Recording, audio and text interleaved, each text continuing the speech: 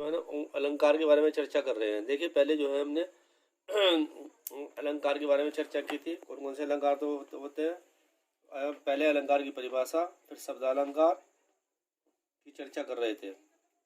अब देखिए हमने शब्दालंकार का एक अलंकार आ गया था श्लेष अलंकार।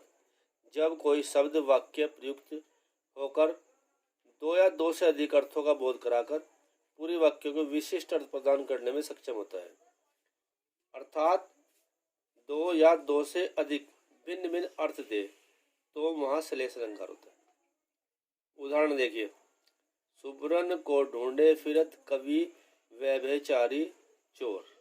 इस पंक्ति में सुब्रन के कई अर्थ है। देखिए ध्वनित हो रहे हैं। सुब्रन का अर्थ है यहाँ कवि अर्थात अच्छे वर्ण, और फिर व्यभिचारी का है कामी पुरुष, और चोर संबंधित है।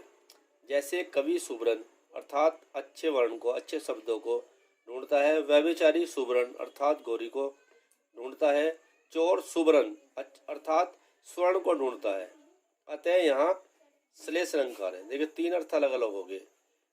कवि के में सुब्रन का अर्थ हो गया अच्छे शब्द, और व्यभिचारी के लिए होगा सुब्रन अर्थात गौरी, और चोर के लिए होगा सुब्रन अर्थात स्वर्ण। तो इस प्रकार यहाँ पर जो है श्लेष अलंकार है। अब देखेंगे अर्थालंकार।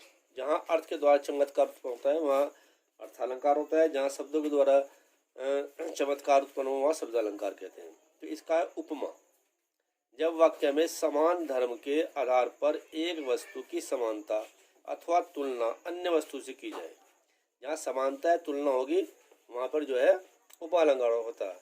तब वहाँ उपालंकार होता है। जिसकी उपमा दी जाए उसे उपमेय, देखिए ध्यान देने वाली बात है, जिसकी उपमा दी जाए उसे उपमेय, अर्थात जिसके द्वारा अपना उपमा अर्थात तुलना की जाए उसे उपमान कहते हैं।